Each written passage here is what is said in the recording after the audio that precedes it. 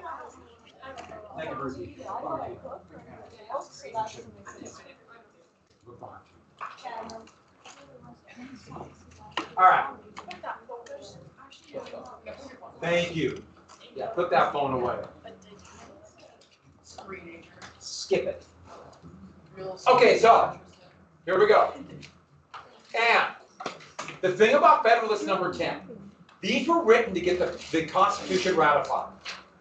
And so I put this up here, and so we just kind of put this out with a little asterisk or something. But this is propaganda. The Federalist Papers are propaganda. So Federalist number 10, which you're reading for tomorrow, is propaganda. It is trying to convince, specifically, elite assemblymen in New York to vote for the Constitution. So propaganda is biased information. So I don't know why I put biased arrow information, but that's the way my mind was working first period.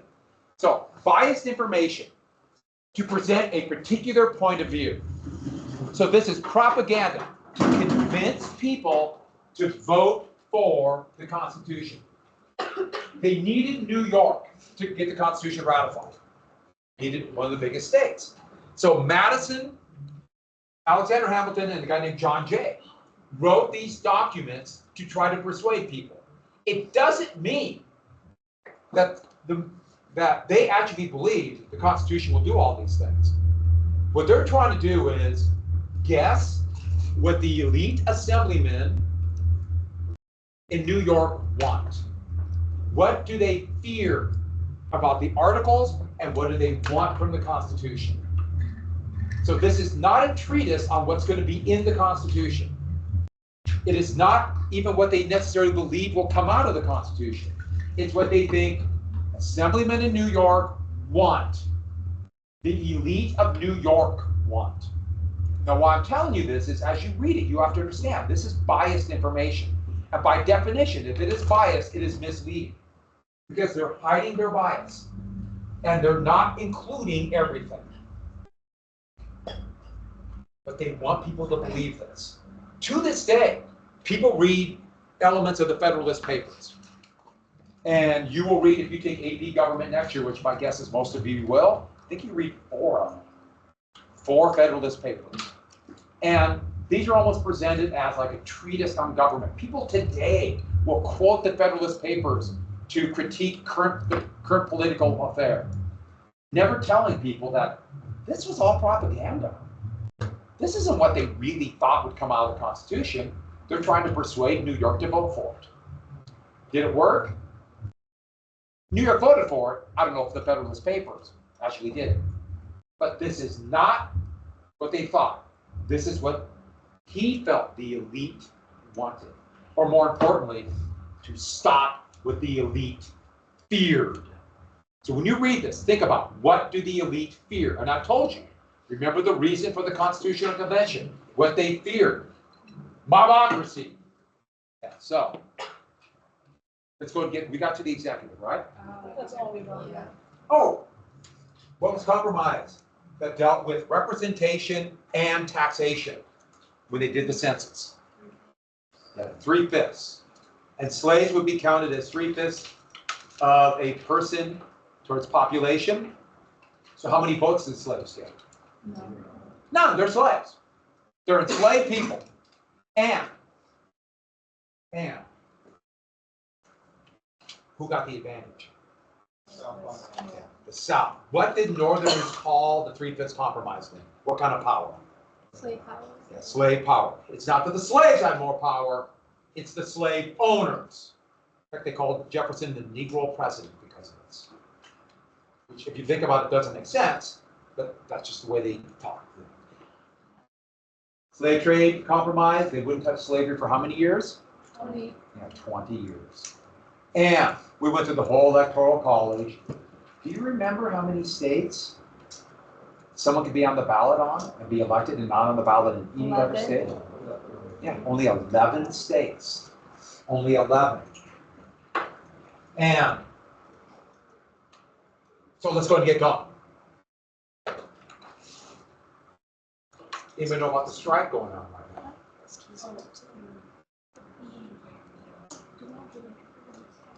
All on the East Coast. Longshoremen who unload ships went on strike. And what that means is no goods are coming in. Because the United States imports so much. If it goes on for a week, it'll probably have no effect. If it goes on for 4 weeks, prices could go up 10, 15%. Hey, the workers are demanding job security and higher pay. And so how do you convince people to do it? Well, you got to show them how important the workers are. Boy, it'll show how important they are if all of a sudden prices go up 10%. We'll see what happens. This is a big deal. Also, so Israel invaded what country yesterday? Lebanon. How did Iran respond?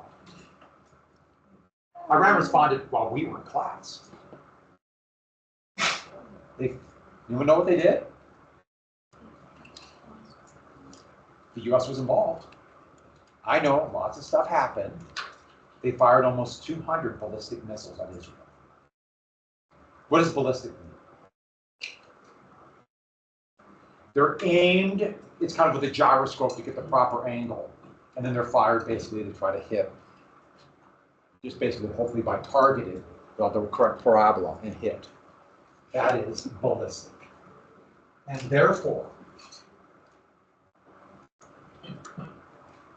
that is how these missiles are fired. They're pretty simple. They have no real countermeasures. They're relatively, they shoot down, and most of them are probably shot down. But that is what they fired.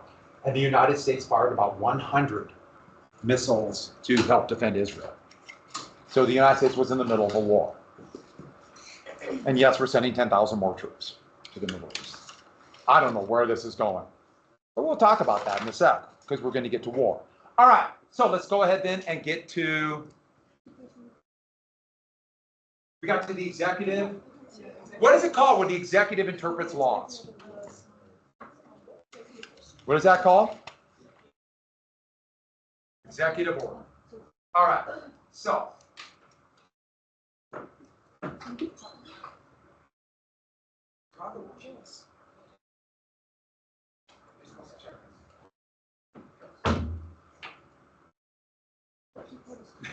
I'll talk about it later. You might have to do something. You might have a job, big job tomorrow. It won't be that big. Yeah. I'll see. We're going to watch a video. I have a worksheet for it, and I just realized I might not have the worksheet. So we have the executive. What do we call it again with the interpretive order? What is that called again? Executive order. And the president is what for the armed forces? Did we get to that? No. Oh, let's do that right now. I wasn't sure. He is CIC. I'm using the military abbreviation for this because I don't want to write it out. The same reason the military uses abbreviations all the time. Commander-in-Chief. So we didn't get to the Commander-in-Chief? No. We got to the executive laws and executive. Oh, so we went through how important, that's, we got the signed law and veto, didn't we? Yeah. Commander-in-Chief of the Armed Forces in time of war. Now, the idea was the president could not command it when there is no war because only Congress can declare war. But through intense pressure from President Washington, there would be a peacetime army created, and they figured if it's going to be the commander-in-chief in wartime, it should be the same in peacetime. So the commander-in-chief of the military will be the president, and it will be civilian control of the military. And so even though the President Washington was a general, a lieutenant general, 3-star in the United States Army, he had resigned his commission to become president. One more thing. The president is not your commander-in-chief. The president cannot give you orders. Well, the president can give you orders. You don't have to follow. You do not have to follow. So sometimes you hear people say, the president's my commander-in-chief. No. That goes against everything the founding fathers would have wrote down and it's in the Constitution. But I should say, if President Biden walks into this classroom and tells everyone to stand up, I guarantee you all of you would stand up.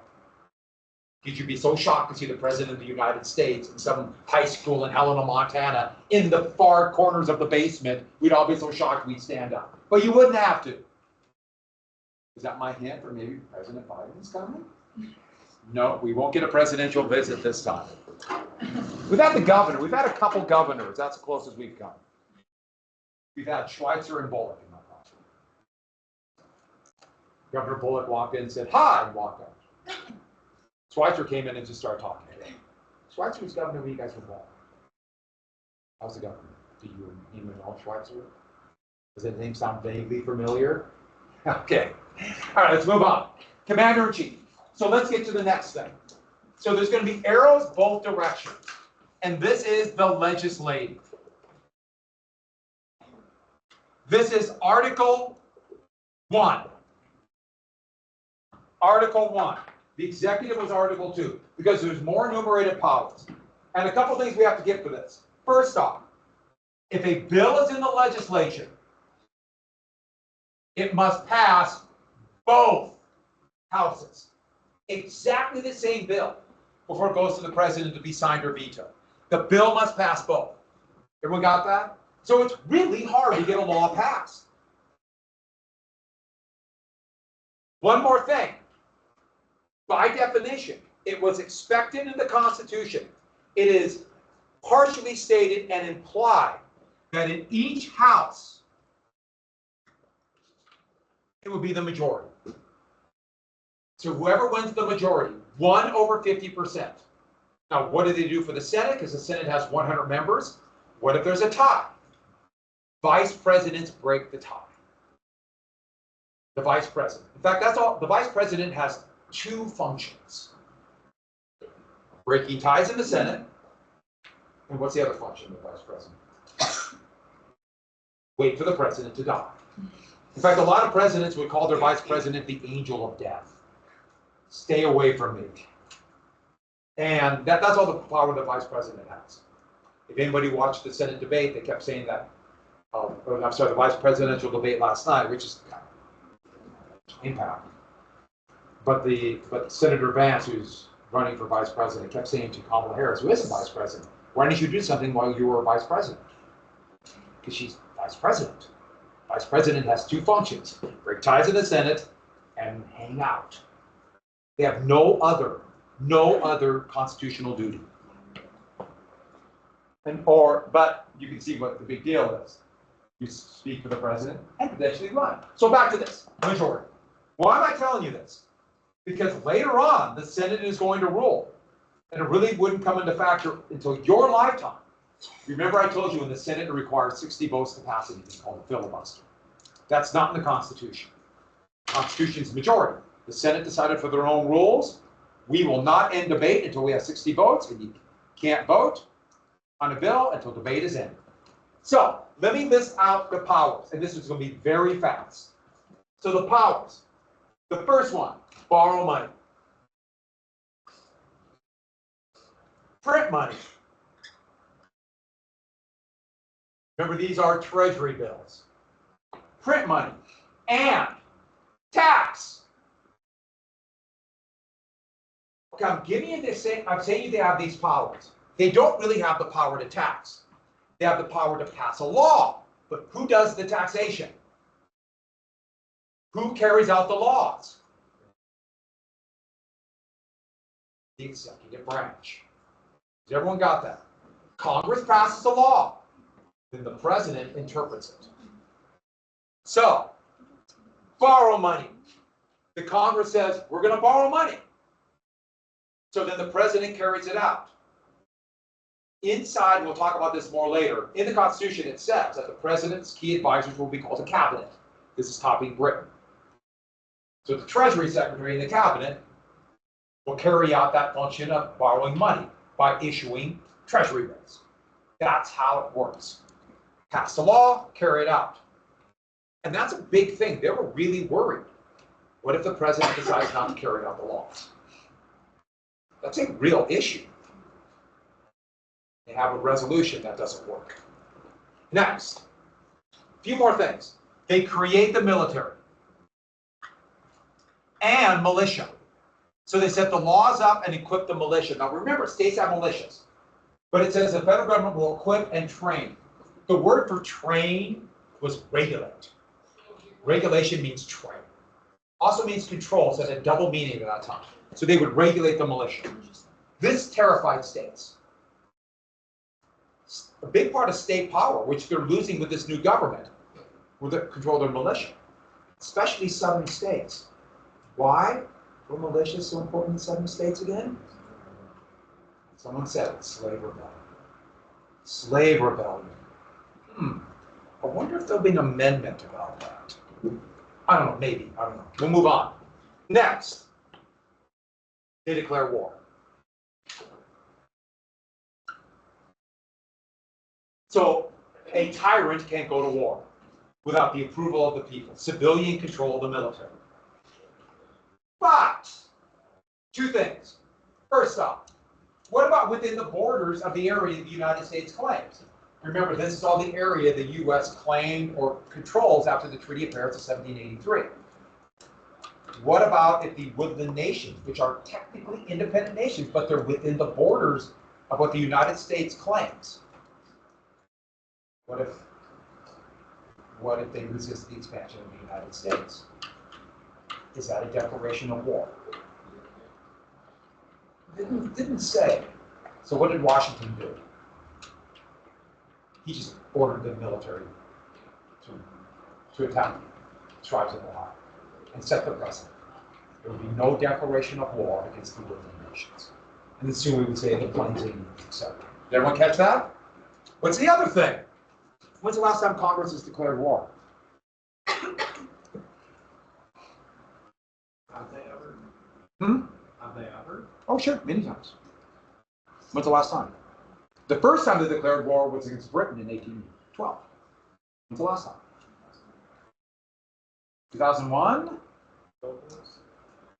World War II. After Germany declared war on the United States on December 10th, 1941, the U.S. declared war on Germany, and then a little bit after declared war on Italy.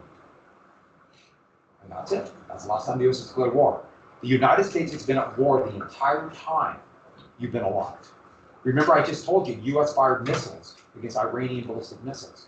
We've been at war the entire time. Congress has not declared war.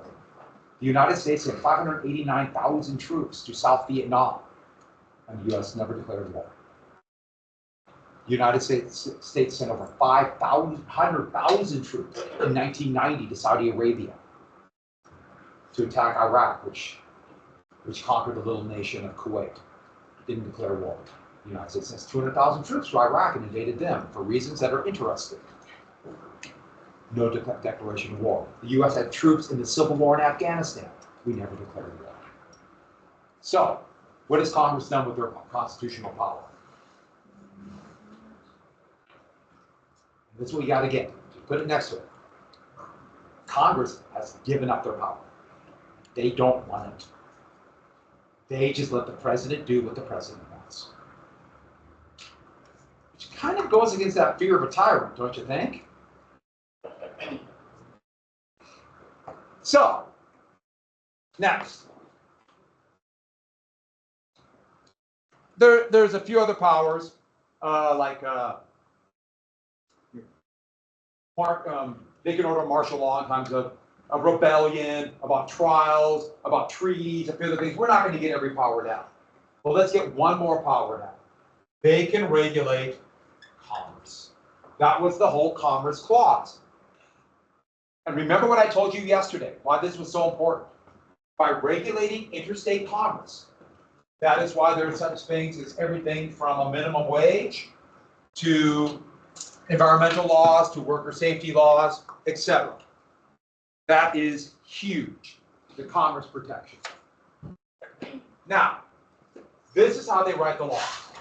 So here's, don't have to write this down. Don't have to write this down. I just copied some of the Constitution. The Declaration of Independence, especially the first couple paragraphs, is very elegant. It's a beautiful piece of work. The Constitution is dry. It's just law and clauses, except for the preamble, which we'll get to tomorrow. But Congress, they say, Congress will have the power, and they'll say, to lay and collect taxes, to borrow money, And each one of these, remember I gave you that term yesterday, it's a clause. Each one is a clause. And so we just go through them to coin money, to regulate the value of, etc., to establish post offices, to constitute tribunals inferior to the superior court, to provide and maintain a navy, to raise and support armies. You get the point. But here's the biggie. The last of the enumerated powers, and it's shocking how few they are. Let me read this to you. So say, Congress shall have the power to make all laws. There's no grammatical rules left yet. Which shall be necessary and proper for the carrying and execution the foregoing powers and all of the powers vested by the Constitution and the government of the United States or any department or officer thereof. Okay. This is the most important part of the Constitution. The biggest part. And it just seems so innocuous. So I want everyone to write down the necessary and proper clause. Necessary and proper clause.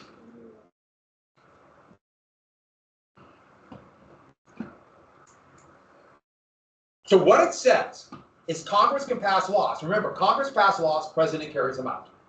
So this increases the power of Congress and also the executive. So it increases the power of both.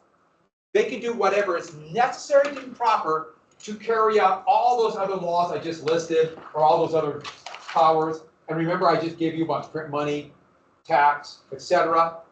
Carry out all those laws. So let's look at one. Remember, I just put down, they can borrow, print money, and tax. Well, how do you print money and then get it to people? How do you even do that? Well, the necessary and proper clause says Congress can pass a law to allow them to do powers like print money. So Alexander Hamilton would see that and say, okay, if we need to print money, we need a way to distribute it. Therefore, we need a bank. So it is necessary and proper for the federal government to create a bank. And that's why there would be a national bank. And that's why today there's a Federal Reserve. It doesn't say to do that. Nowhere, anywhere does it say anything about child labor. But it was decided that it would be necessary and proper to carry out the Commerce Clause, that any goods that cross state lines, there could be no child labor. You may know when that law came about. It was part of Franklin Roosevelt's New Deal, 1938. It also has, for example, there is nothing at all about any kind of quality products, whether or not they are, whether it be deadly or dangerous or break or whatever it might be. But as part of the interstate commerce, Congress said it is necessary and proper to carry out or to regulate interstate commerce, that we make sure that products do not kill you. This is huge. So how much power does this give Congress and potentially the president? Couldn't you say almost anything is necessary and proper? Nowhere does it say that the federal government can give aid for public education. It doesn't say that anywhere. It doesn't say anything about education. But that was considered necessary and proper under a number of clauses, but the biggie, interstate commerce. And that's why there is some, not very much, but some federal government aid for education. Not very much compared to other countries. So this is huge. Add two more words to this explanation. The two words are implied powers. They're implied. So we had enumerated powers. These are implied. One of the first big constitutional crises, therefore, is going to be about what power the federal government has. Will it be implied or will it be enumerated? And it will be that bank I told you about. And has this ever been resolved? Not at all. There is still a conflict. Necessary and proper clause will be huge. So if I say implied powers are necessary and proper, my expectation is you'll know what it is. So those are the powers. So necessary and proper, N and P. That's a terrible P, but just go with it. And that's the power of Congress. In a nutshell, very basic, quick, down and dirty. So what influence do they have? Well, the executive branch can veto laws. They can veto. And they also have the ability to persuade. If the president says something, everybody pays attention.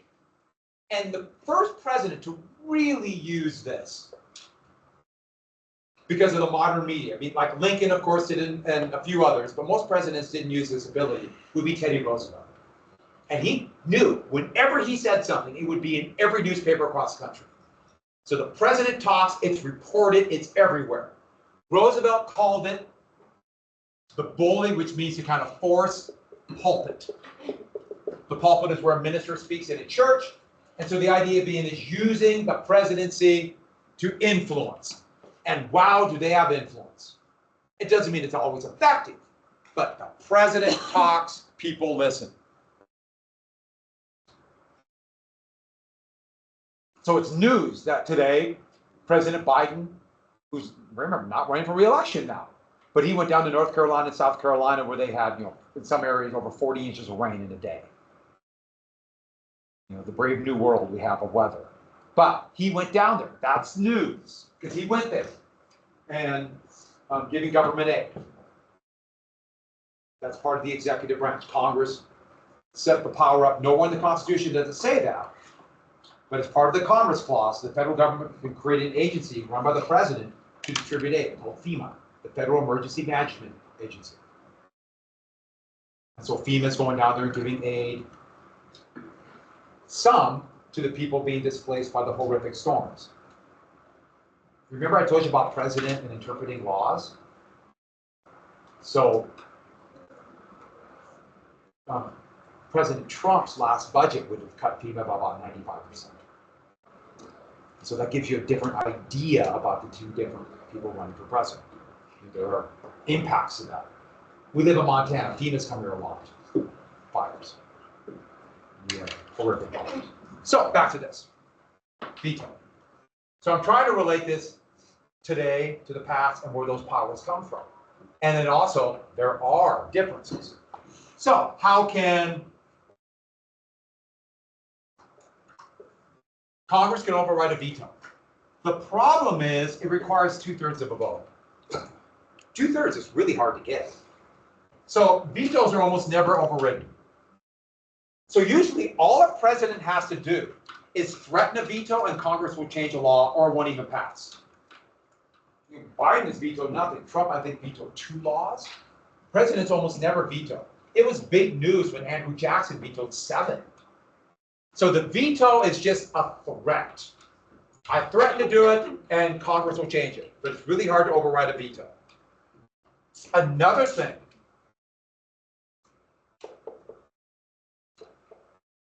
Impeachment. So the idea was, if a president is corrupt, and they were looking at 2 major corruptions. Actually, the Constitution says they can be impeached for high crimes and misdemeanors, but what's a high crime or misdemeanor? This is not a criminal act. So put next to impeachment, put down, this is political. This is political. It's a political act. So no one's going to jail for this. This is not, it doesn't need to have some kind of legal precedent or some specific law broken. This is a political act. They were worried about 2 things. That a corrupt president would use their office for personal gain. Whatever that gain might be. To get rich, to get more power, to get more power for their family, whatever it might be. Corruption. Or they will use ways to not enforce laws. They won't enforce laws from Congress. That's what they're worried about. But impeachment is really difficult. It's a 2-part process. So let's get the 2 parts. First part, the House impeaches, and all it needs is a simple majority vote. House, and they're impeached. But all that means is they're impeached. That's like being indicted in a criminal court. And then it goes to the Senate for the trial. And that requires 2/3 again. That requires 2/3 to the Senate for the trial, 2/3. So it's really hard to impeach. And so the president could commit crimes, outright corruption, not obey laws, and get away with it.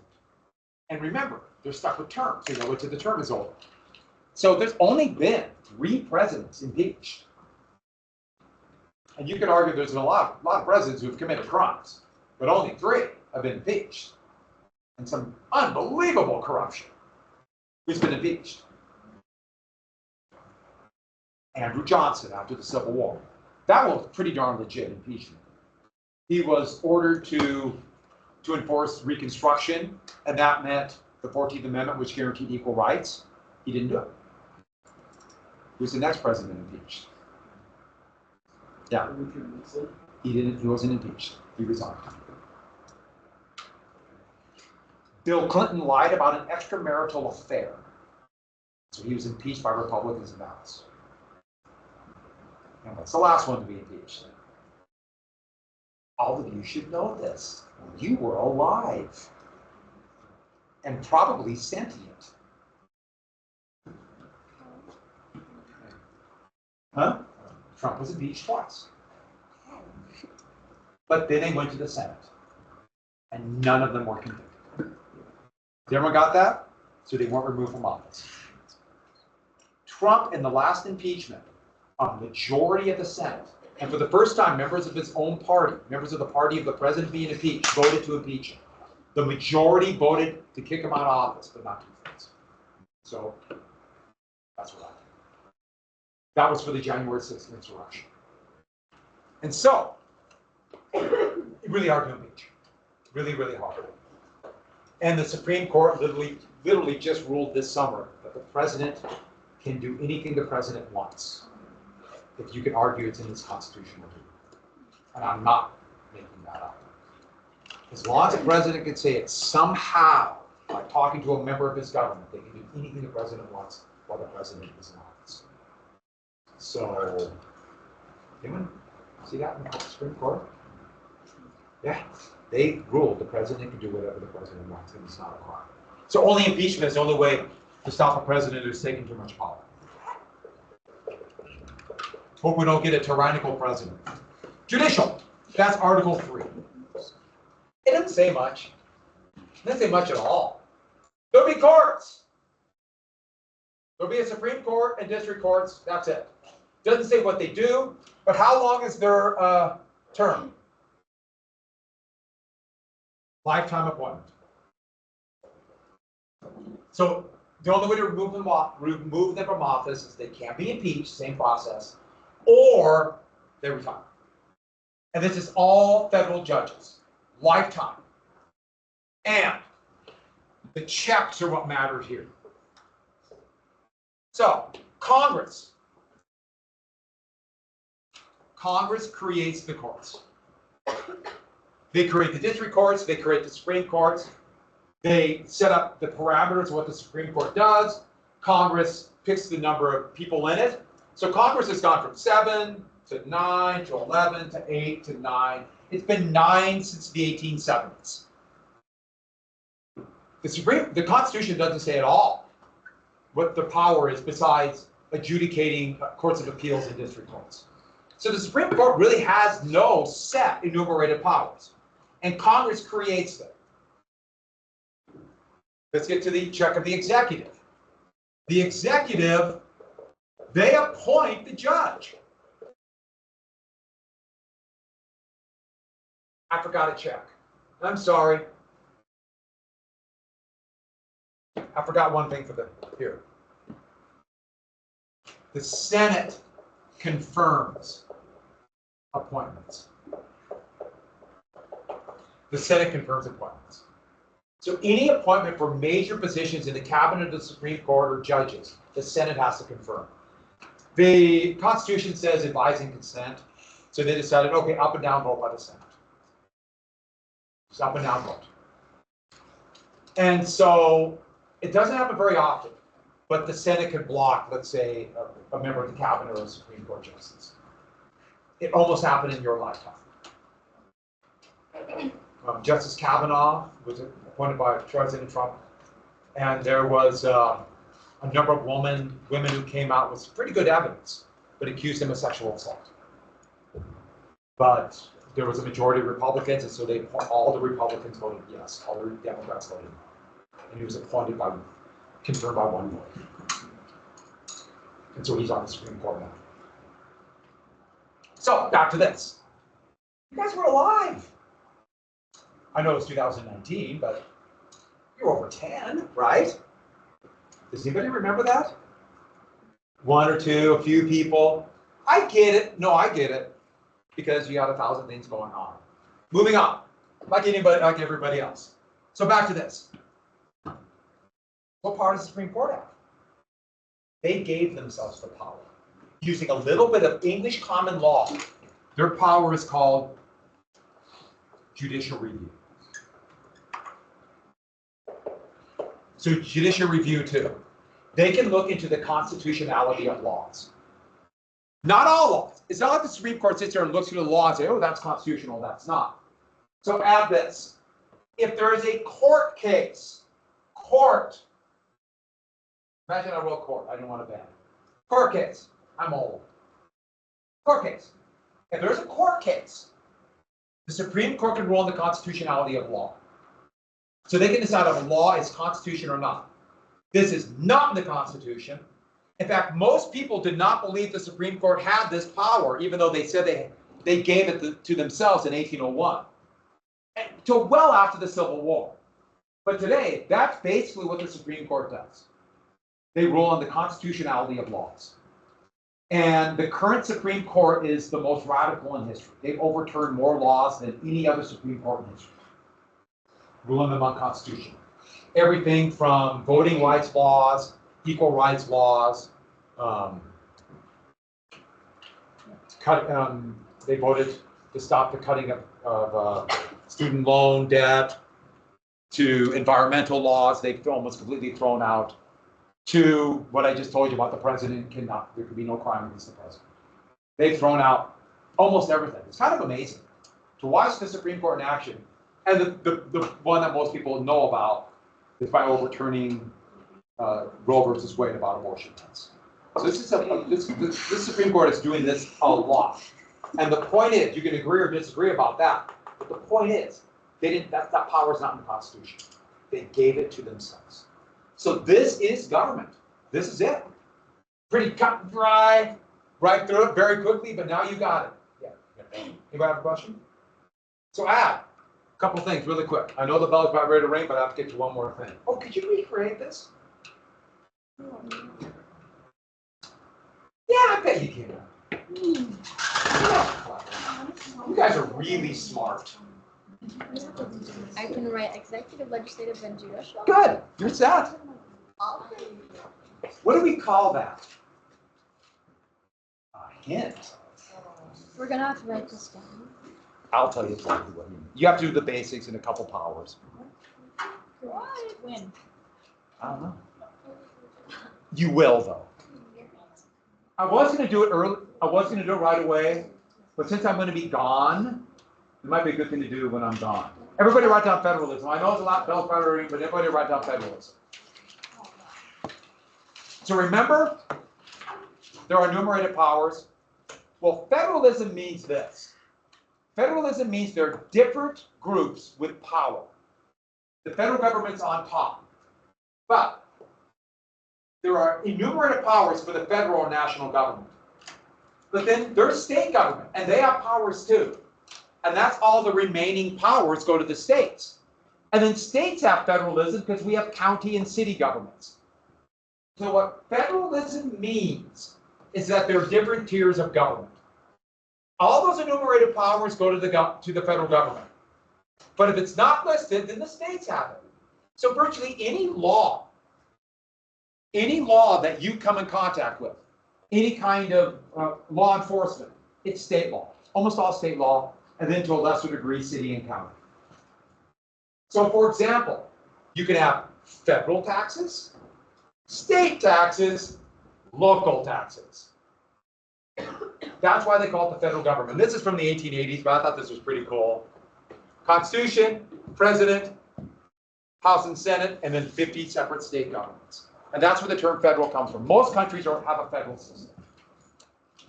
Canada, like the provinces, are really powerful. US fairly powerful, but they all do. Virtually all European countries have this. Yeah, almost everyone does. So what's due tomorrow?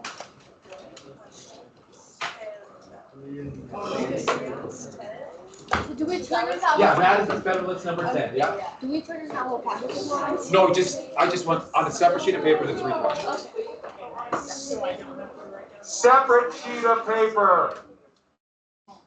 And I want it in crayon. I want a picture for each one. Separate piece of paper for the Madison Federalist number 10. Why? Okay. I'm gonna assign the rest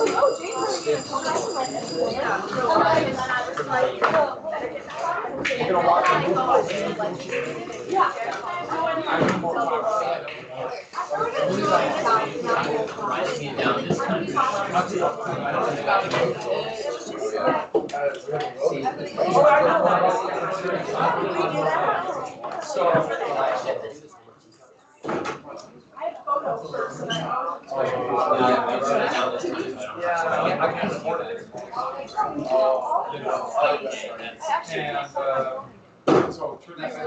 I don't know why I always use my phone on this. Yeah, that's cool. I think welding is normal. Yeah, I'm glad you get a chance to figure this out. Like my dad just texted. That's why I wanted to grab it so I could show you. I know, it's problem classes, we don't have this minute time to compare it. Yeah, that's why you talk about that, and that's why I didn't even think about intervention. This is a virtue. Okay, you guys don't think so. Even I think there's some problem with intervention.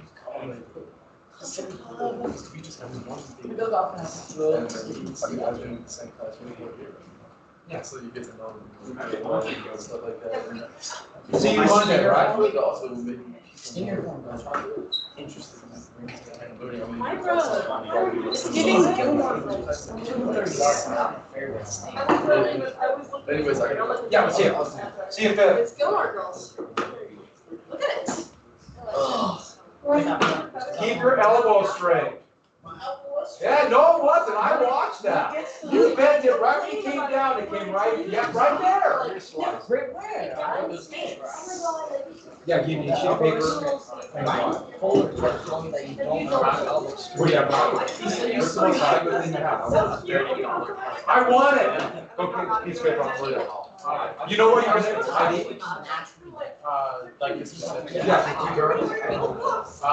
The ones I was doing, I think was, I don't remember the exact one. One of them was the fornication. Give me a real quick.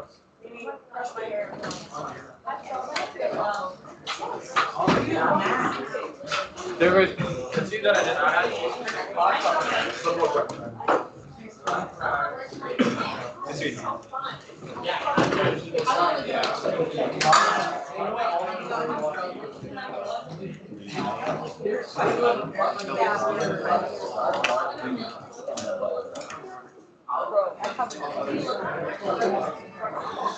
Southern Traffic Fornication Water, you got it then, you got it? You can run the hallway now.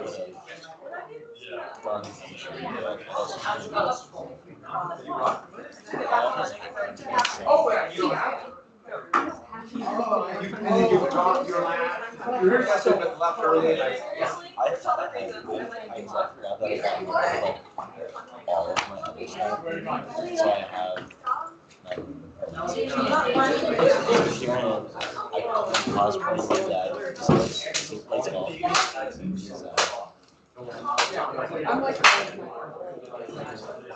Yeah.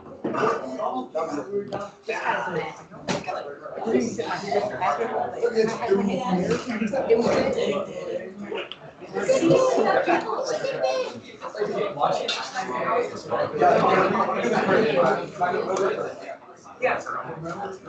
If you go on the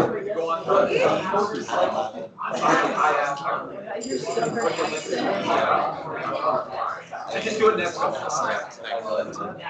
The big thing is you just gotta do it for yourself.